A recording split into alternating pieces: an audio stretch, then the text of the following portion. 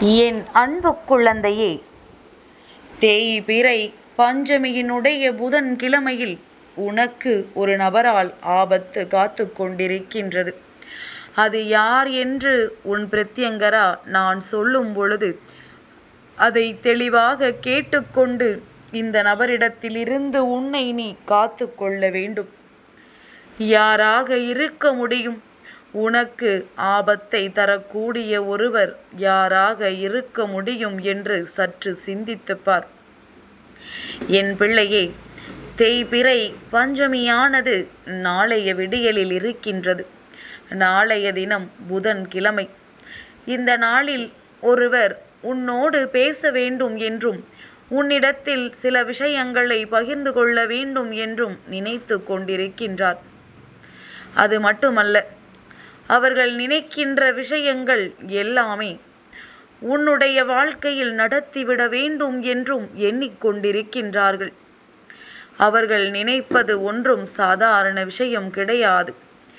உனக்கு ஆபத்தை விளைவிக்க அவர்கள் நினைக்கின்ற அந்த விஷயத்தை இந்த பிரத்யங்கரா தடுத்து நிறுத்த வேண்டும் என்பதனால்தான் இப்பொழுது உன்னிடத்தில் இதை பற்றி சொல்ல வந்திருக்கின்றேன்.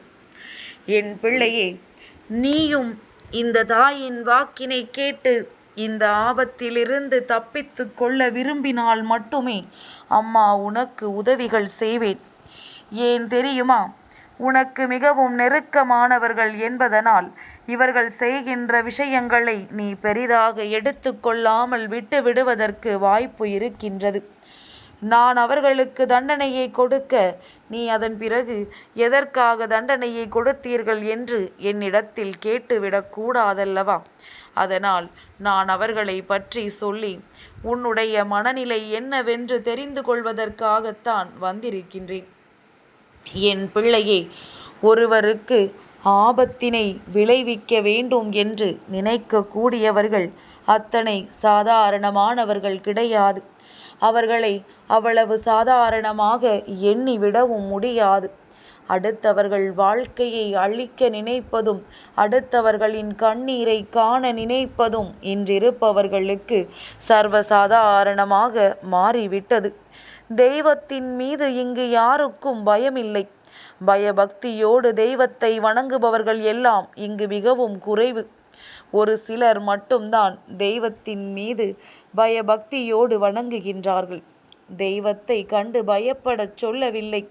சற்று பயம் இருந்தால்தான் தவறுகள் எதுவும் நடக்காது என்று சொல்கின்றேன். என் பிள்ளையே, தவறுகளை செய்தவர்கள் அங்கே தைரியமாக சுற்றித் திரிவதும் நல்லவர்கள் தெய்வத்திற்கு அடிபணிந்து நிற்பதும் தான் இங்கு கதையாக மாறிக்கொண்டிருக்கின்றது. அதனால்தான் என் பிள்ளையே, நல்லவர்களுக்கு சோதனையானது ஆரம்பத்தில் அதிகமாக வருகின்றது. ஆனால் நிச்சயமாக ஒரு நாள் அது தீர்ந்து அவர்களுக்கு நல்லது நடக்கும் என்பதனை நீ புரிந்து கொள்ள வேண்டும். இந்த பிரத்யங்கராவை பொறுத்தவரையிலும் என் பிள்ளையே, என் முன்னால் எந்த ஒரு எதிரியும் துரோகியும் நின்றுவிட முடியாது. அவ்வளவு எளிதாக இந்த தாயானவள் அவர்களை விட்டுவிட மாட்டேன். ஆனால் நீ அவர்களுக்கு மிக பெரிய வாய்ப்புகளை கொடுப்பாயானால், தவறுகள் நடந்த பிறகும் கஷ்டங்களை நீ கண்ட பிறகும் இவர்களுக்கு வாய்ப்புகளை கொடுக்க நீ துணிவாயானால் உன் தாயானவள் நான் எதுவுமே செய்துவிட மாட்டேன் என்பதனை நீ புரிந்து கொள்ள வேண்டும். அம்மாவிற்கு என் பிள்ளைகளின் மீது நான் கொண்ட அக்கறையை நீ உன் மீது வைத்திருக்க வேண்டும். உனக்கு உன் மீது அக்கறை இருந்தால்தானே நான் ஏதாவது உனக்காக செய்ய முடியும். என் பிள்ளையே, இப்பொழுது ஆபத்தை ஏற்படுத்த அங்கே துணிந்து நிற்பது யார் என்று சொல்கின்றேன். உன் மனநிலையை என்னிடத்தில் சொல். நாளைய விடியலில் அவர்களை என்ன செய்ய வேண்டும் என்பதனை நான் பார்த்து கொள்கின்றேன். என் குழந்தையே, உனக்கு ஆபத்தை எப்படி விளைவிக்க வேண்டும் என்று யோசிக்கின்றார்கள் தெரியுமா? நீ செய்யவிருக்கின்ற ஒரு செயல், நீ பேசுகின்ற ஒரு வார்த்தை, இதில் இருக்கின்ற தவறுகளை கண்டுபிடித்து மற்றவர்களிடம் தவறாக பேசுவதற்காக இவர்கள் தயாராகி கொண்டிருக்கின்றார்கள். அவர்கள் பேசிய வார்த்தைகளையும் நீ பேசிய வார்த்தைகளையும் சேர்த்து நீதான் பேசியதாக சொல்லி உனக்கு அவப்பெயரை ஏற்படுத்த அவர்கள் முயற்சி செய்கின்றார்கள். என் தங்கமே, யாருடனாவது நீ சிரித்து பேசிவிட்டால் அதை கண்டு அவர்களுக்கு வயிற்றெரிச்சலாகி விடுகின்றது. எல்லோருமே அவர்களிடம்தான் பேச வேண்டும், எல்லோருமே அவர்களைத்தான் பெரிதாக நினைக்க வேண்டும் என்று எண்ணுகின்றார்கள். உனக்கு உதவிகளை செய்தாலும் சரி, உனக்கு ஏதேனும் கஷ்டங்களில் நல்ல வார்த்தைகளை ஆறுதலாக யாரும் கொடுத்தாலும் சரி, எதை கண்டவுடன் இவர்களுக்கு வயிற்றெரிச்சல் மட்டும் வருவதில்லை. எந்த நேரத்திலும் உனக்கு இப்படி நடந்துவிடக்கூடாது என்பதில் அதிக கவனத்தோடும் இருக்கின்றார்கள். யாராவது உன்னை பற்றி நல்லவிதமாக பேசினால் அவர்கள் சரி கிடையாது, அவர்கள் அப்படி இப்படி என்று சொல்லி உன்னை பற்றி தவறான வார்த்தைகளை பேசி அவர்கள் மனதில் இருக்கின்ற நல்ல எண்ணங்களை கெடுத்து விடுகின்றார்கள். நாளை அவர்கள் செய்ய நினைக்கின்ற விஷயமும் இப்படித்தான்.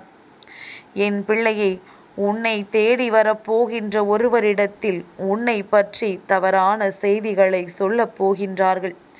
உன்னை பற்றி அவர்கள் நினைக்கின்ற விஷயங்களை எல்லாம் பொய் என்று நிரூபிக்க இவர்கள் போராடப் போகின்றார்கள். இதற்கு நீ என்ன செய்ய வேண்டும் என்று யோசிக்கின்றாயா? இதற்கு நான் என்னம்மா செய்ய முடியும்? அவர்கள் பேசுவதை நான் எப்படி தடுத்து நிறுத்த முடியும்? அவர்கள் யாரிடத்தில் எப்பொழுது என்ன பேசப் போகிறார்கள் என்பதனை நான் எப்படி தெரிந்து கொள்ள முடியும் என்று என் பிள்ளை நீ நினைக்கின்றாயல்லவா? என் தங்கமே, நீ நினைப்பது சரிதான். ஆனால் இந்த பிரத்யங்கரா அவர்களை உனக்கு நிச்சயமாக நாளை அடையாளம் காண்பித்து கொடுக்கின்றேன். அவர்களின் அடையாளம் என்ன தெரியுமா? நாளை உன்னிடத்தில் வந்து நீ செய்ய போகின்ற விஷயங்கள், எங்கெல்லாம் செல்லப் போகின்றாய், யாரை காணப் போகின்றாய், எதை பற்றி பேசப் போகின்றாய் என்ற விஷயங்களை எல்லாம் உன்னிடத்தில் துருவி துருவி கேட்கின்ற ஒருவர். நீ செய்கின்ற விஷயங்கள் எல்லாமே அவர்களுக்கு தெரிய வேண்டும் என்று நினைக்கக்கூடிய ஒருவர். ஏதேனும் ஒரு விஷயத்தை சொல்லாமல் செய்துவிட்டாய் என்றால் அதற்காக உன்னிடத்தில் கோபப்படக்கூடிய ஒருவர். இப்படி எதுவுமே நடந்துவிடும் என்றும் நடக்கக்கூடாது என்றும் அவர்கள் நினைப்பதனால்தான் உன்னிடத்தில் அதை பற்றி அவசரமாக தெரிந்து கொள்ள விரும்புகின்றார்கள். அப்பொழுதுதானே அதற்கான தடங்கல்களை ஏற்படுத்த முடியும். அதனால் என் பிள்ளையே, இவர்கள் செய்ய நினைக்கின்ற இந்த விஷயத்தை நீ தடுத்து நிறுத்த வேண்டிய காலகட்டம் வந்துவிட்டது. எத்தனை காலம்தான் இவர்களும் உனக்கு கெடுதல் செய்வார்கள், நீயும் அதனை தாங்கிக் கொண்டிருப்பாய். முதலில் வாழ்க்கையில் நடக்கின்ற எந்த ஒரு விஷயத்தையும் வெளியில் சொல்வதை நிறுத்து. நீ செய்கின்ற செயல் வெற்றி பெற்றால் தானாகவே எல்லோருக்கும் தெரியத்தான் போகின்றது. நீயாக எதற்கு எந்த ஒரு விஷயங்களையும் மற்றவர்களிடத்தில் சொல்ல நினைக்கின்றாய்? இதற்கு மேலும் எந்த விஷயத்தையும் யாரிடத்திலும் சொல்லாமல் நீ இருந்து விட்டாலே போதும். உனக்கு வருகின்ற ஆபத்துக்கள் எல்லாம் உன்னை நெருங்காமல் பறந்தோடி போகும். எந்த ஒரு சூழ்நிலைகளும் இந்த வாழ்க்கையில் உனக்கு பெரிதான பாடத்தை கொடுக்காமல் நல்லதை நிச்சயமாக செய்து கொடுக்கும் என்பதனை என் குழந்தை நீ புரிந்து கொள்வாய். என்றெல்லாம் உனக்கு மனதிற்குள் கஷ்டங்கள் வந்து சேர்கின்றதோ அன்றெல்லாம் இந்த பிரத்யங்கரா என்னை நினைத்துக்கொள். அம்மாவின் முகத்தை ஒரு நொடி நினைத்து கொண்டாலே உனக்குள் வீரம் வந்துவிடும். உன்னை சூழ்ந்து வருகின்ற இது போன்ற தீய மனிதர்களை விரட்டி அடிக்கின்ற பக்குவம் உனக்கு வந்துவிடும். நீ இப்பொழுது என்னிடத்தில் சொல், அம்மா, இவர்களை உன் வாழ்க்கையிலிருந்து ஓரம் கட்ட வேண்டுமா அல்லது அப்படியே விட்டுவிட வேண்டுமா? உன் மனநிலையில் என்ன இருக்கின்றது? இவர்கள் செய்வது தவறு என்று தோன்றுகின்றதா?